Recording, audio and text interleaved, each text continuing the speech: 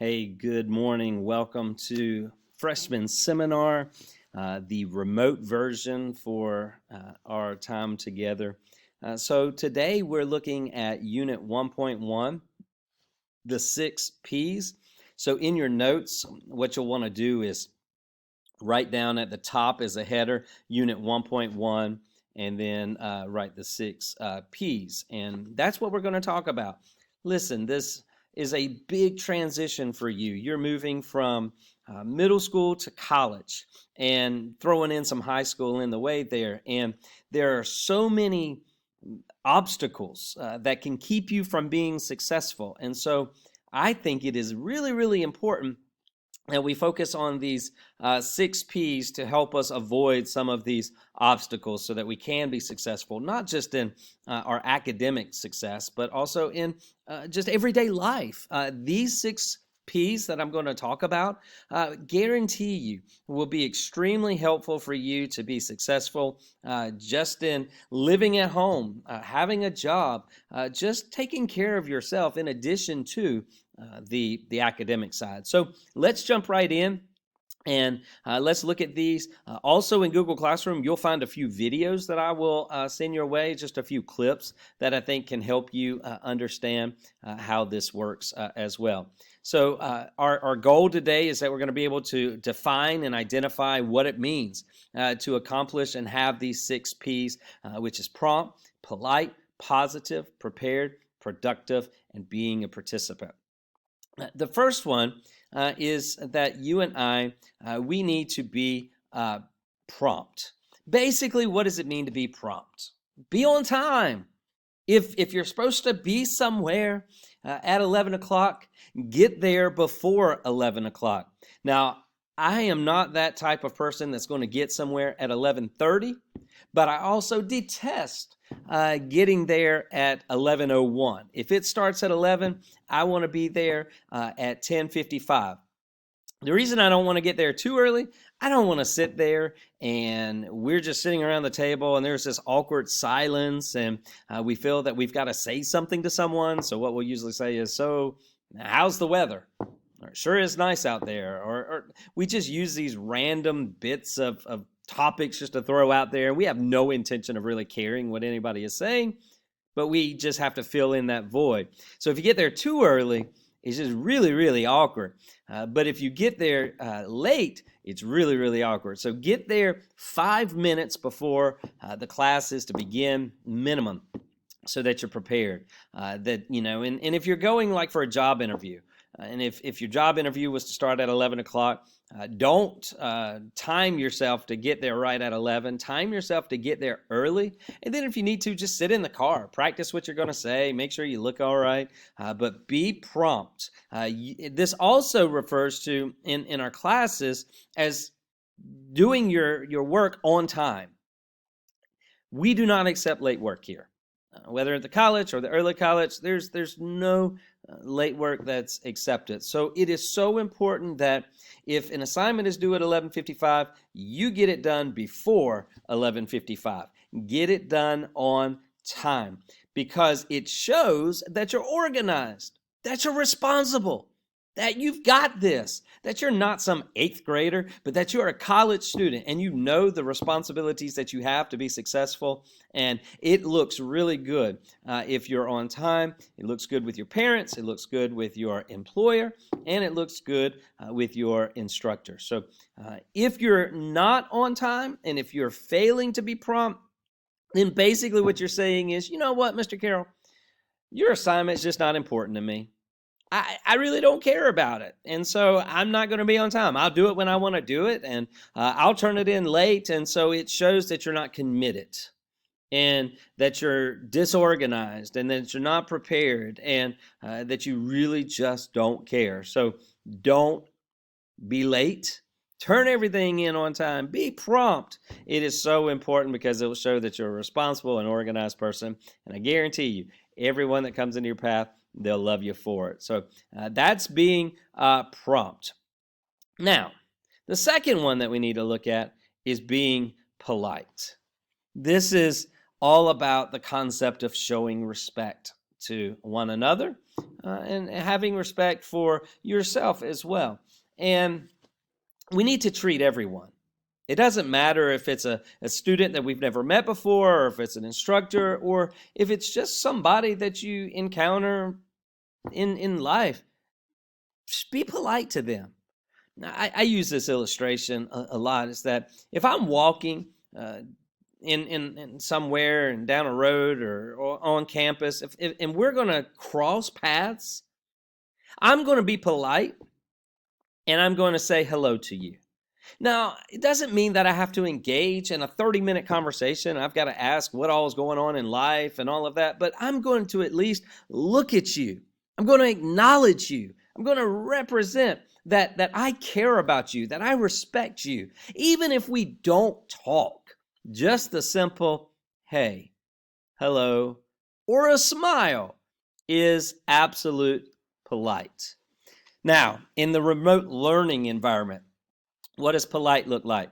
It looks like making sure that your mics are muted unless you're trying to talk.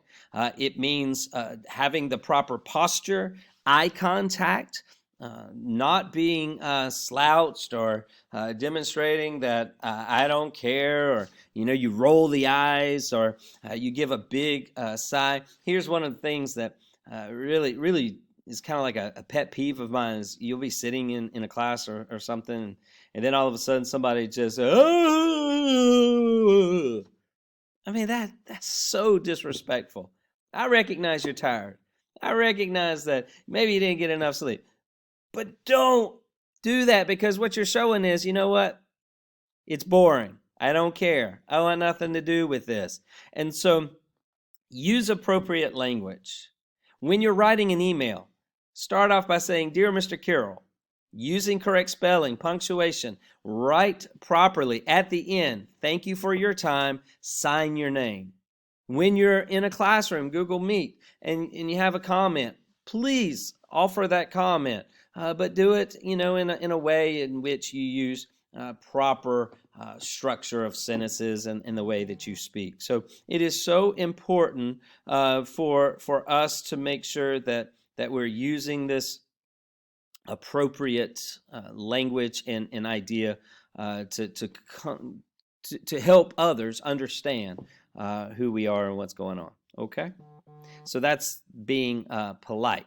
The third one that we're going to talk about right now is being positive. This is a weird situation. We teach remotely. We're not in the classroom.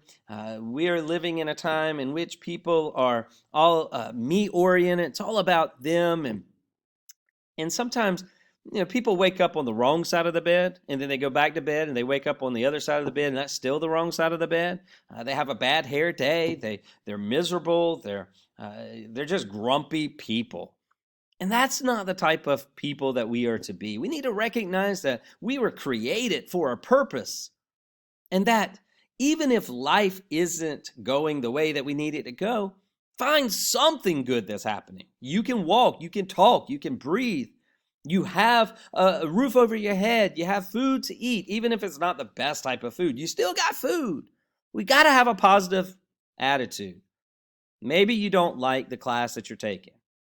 Well, find something in it that you like. Maybe you don't like the assignment. Well, have a positive attitude about it. Don't go in and say, "Well, I'm just not going to do this. I can't do this, or I will not do this." Once again, you're disrespectful, but also you're not being on prompt, and because you're not going to do the work, and you're not going to be that type of person who's going to demonstrate that I got this, I can do it. Mr. Smith always talks about this phrase that he uses, that failure's not an option. It's just not an option. You and I were not created to fail. We're not created to be negative people. And so we've got to find ways to be positive. So don't give up. If you start struggling, if you're having a hard time with things, don't give up. Don't give in. Reach out. Express what's going on and participate. and have a positive attitude. A positive attitude opens your mind. A negative attitude, you just close it because you really don't care anymore. You know, a positive attitude is going to reveal possibilities, where a negative attitude, it blurs it, it clouds it. Be engaged. If you're on a class with me, a virtual class, I want you asking questions. I want you talking about what's going on. I want you to be positive. I want you to do your very best. I have a saying that I use for my students, and it's very important because it's something that I use to myself each and every day. And it helps me to be positive. And I got it from like Saturday Night Live, like years and years ago, when Saturday Night Live actually used to be really cool and really good. But I remember it, and it was this. And the statement is, you're good enough, you're smart enough, and doggone it, people like you. And that might sound funny. You might be rolling your eyes and thinking, oh my gosh, that's so corny. But it's true. We need to recognize that I am smart enough to be successful in whatever class or whatever thing that I'm doing. I'm smart enough. I can do this. I'm good enough. I was put on this earth to make a difference, and doggone it, I'm going to make that difference. I'm going to be somebody, and I'm not going to let somebody tell me that I can't do something or that I'm not good enough to do it. I'm going to prove them wrong. I'm going to be respectful as I prove it wrong, but I'm going to prove them wrong. I'm going to be positive, because out there are people who do like me, who do love me, and who do want me to succeed. And so I just want you to know, I'm that guy in your corner. I am that one that wants you to know that you are smart enough, you are good enough, and yes, I and others, we like you, we love you, and we want to see you succeed. So be positive, be on time, and be polite. That's the first three. And it's so important that we put those into our everyday life. Have a great day. Look forward to seeing you in the next session.